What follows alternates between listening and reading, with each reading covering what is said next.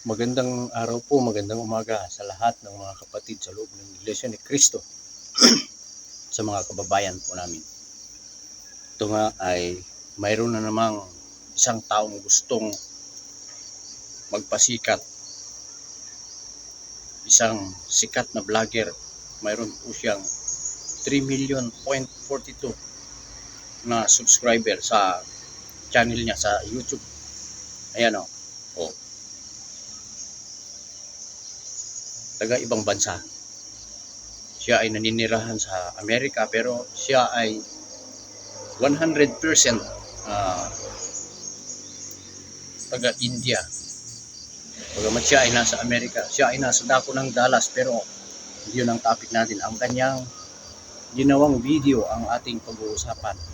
Ayan. Yung pamagat ng kanyang video ay I snuck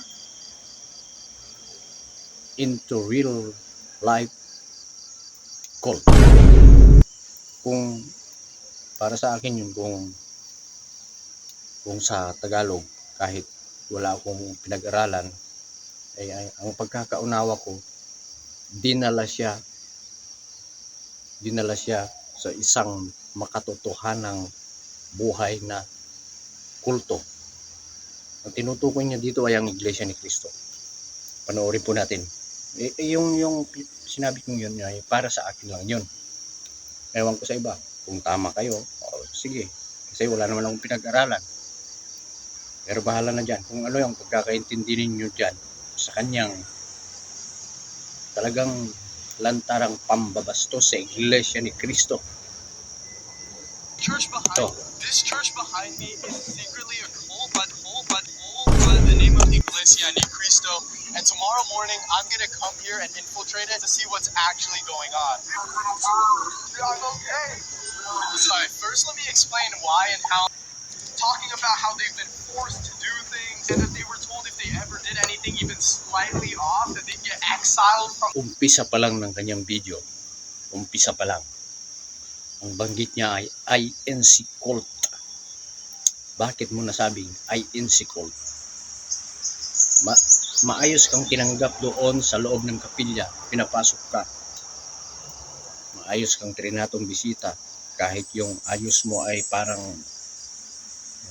adik, mahaba ang buhok, naka-t-shirt lang, pati yung kasamahan mo, pinapasok kayo ng maayos sa loob ng kapilya, itinuring kayong tao. Subalit ikaw, na walang hiya, na sikat na vlogger, tawag pangalan nito, yan siya si Chris Nasahay. Taga India yan pero naninirahan sa ibang bansa. Pumunta siya sa loob ng kapilya, nag-video, mayroon siyang daladalang camera na hidden camera, yung kasama niya ang nagdadala. Binidyohan niya lahat ng mga pangyayari sa loob ng kapilya, tapos sasabihin mong kulto. Why? How can you say that INC is cult?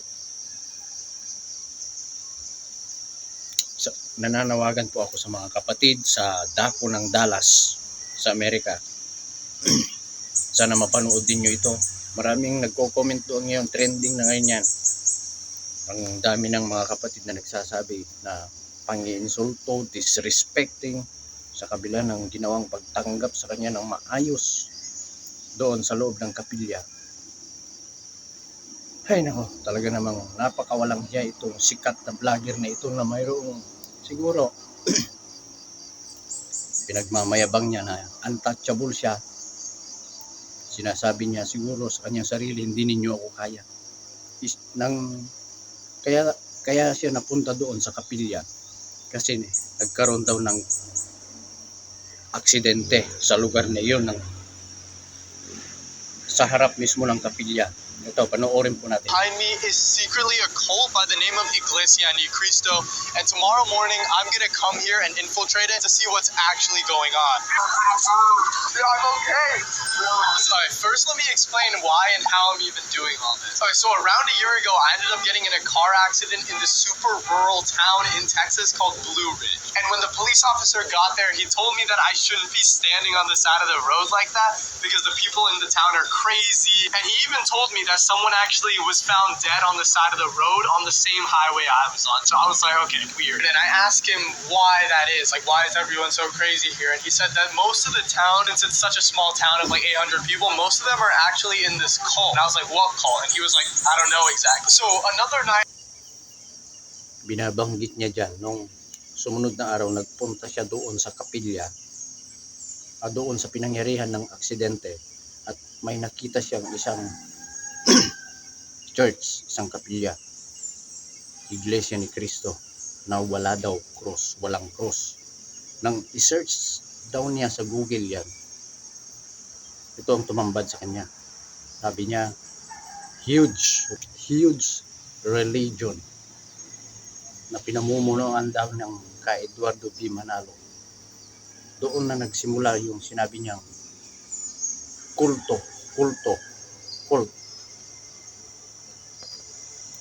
Nang iinsulto, talagang lantaran ang iinsulto niya.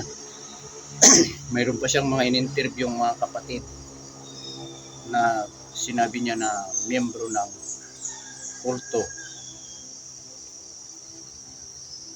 Ang masaklap dito, ang masakit, yung talagang lantaran niyang sinasabi na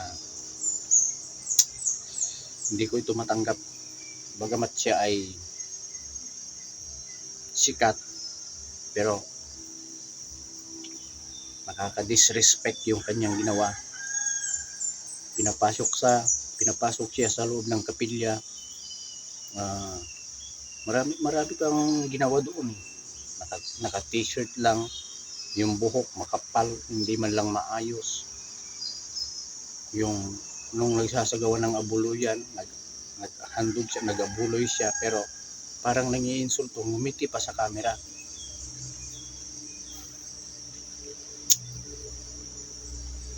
Ito na yung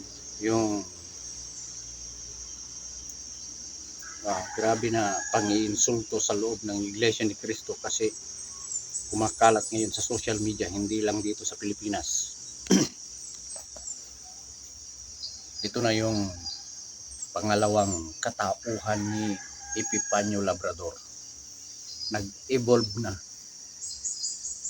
Huwag mong sabihin sa amin na scary for me. There's this guy who was supposed to debate them about religion and stuff, and somehow a week before they were supposed to debate, he just disappears. He's just dead. He's unalive. Like, okay, you can say what you want, but we all know what happened. And so I want to give a fair warning. I would never unalive myself in case something happens. I want you all to know. So Sunday morning came, and I woke up early. I'm so tired. I don't know if you guys could tell. Look at my eyes. They're getting worried because if I got there and they just told me that I wasn't allowed in, I would have wasted all this time and planning for absolutely nothing. So we arrived there and I'm set up with these hidden camera glasses, and my friend also has them on, as well as we brought this little charger that has a camera in it so that we could stick it into one of their walls and try and spy on them later on. But before we could even make it inside of the place, we were greeted by a nice family that was just complimenting my car and asking if we were like new. Gigil naman talaga itong tao ito. Lantaran yung kanyang mga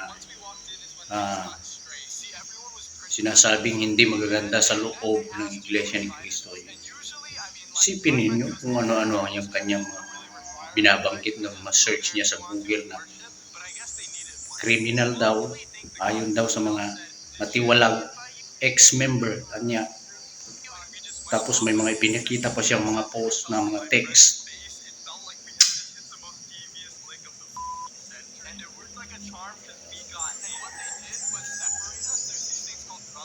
Hindi wala.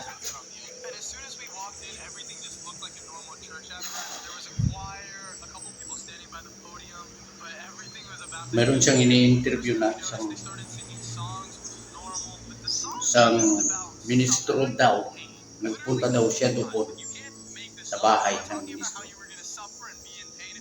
Alam mo, over and over. Krishna Sahay, I quickly found it really odd that throughout the entire Krishna Sahay, the last part of your video is very scripted. Obviously, yung taong binabanggit mo dyan na ministro, friend of yours, hindi yan ministro. We know our minister whenever he visited our brethren, they wear long sleeve white or America with necktie, because that is the uniform of the minister, white long sleeve or wear America with necktie. Tapos pinakita mo pa dyan sa yung video, pinakita mo pa sa yung video na mayroong beer habang kausap mo yung ministro daw. Pangiinsulto yung ginagawa mo. Kahit saan magpunta yung mga ministro namin, kilala namin yan. Decente sila, nakabarong, nakalong sleeve. Pag panahon ng pagsamba, naka-Amerika, Amerikana. Naka-Amerikana yan. Hindi yan basta-basta magsusuot ng kung ano-ano. Obviously, the last part of your video is very scripted. That is your friends of yours. Hindi yan totoo na ministro. Nagsisinungaling ka. Very liar ka. For me, Krishna Sahay, your channel, YouTube, surely vanish.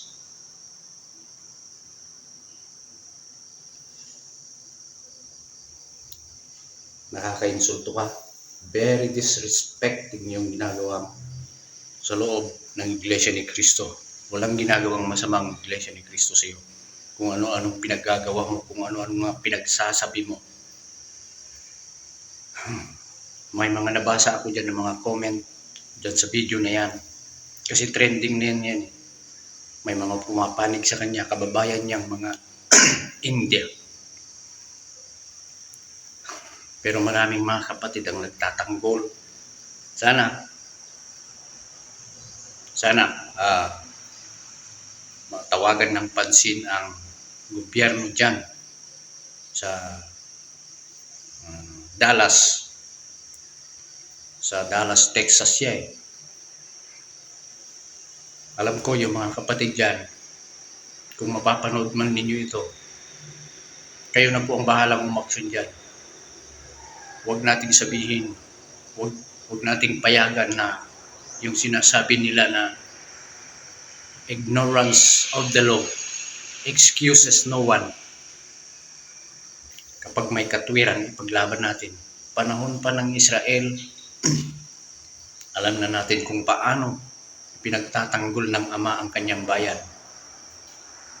Talagang sa panahon na iyon ay physical yung labanan. Physical. Kasi yun ang utos noon sa panahon ng Israel. Ngayon, ang labanan, spiritual, pananampalataya, pag-asa laban sa pag-asa, pananampalataya laban sa pananampalataya. Habang napapalapit yung eleksyon, lalong tumitindi yung mga pagsubok. Kaya nagkakaroon ngayon ng pagpapanata sa loob ng Iglesia ni Cristo tuwing pagsamba. Na sana maging malaya pa rin tayo sa mga pagsamba, mga paglilingkod. Walang anumang makakahadlang. At patuloy tayong makipagkaisa sa pamamahala. Yun lamang po. Maraming salamat at mag-iingat po tayo lahat.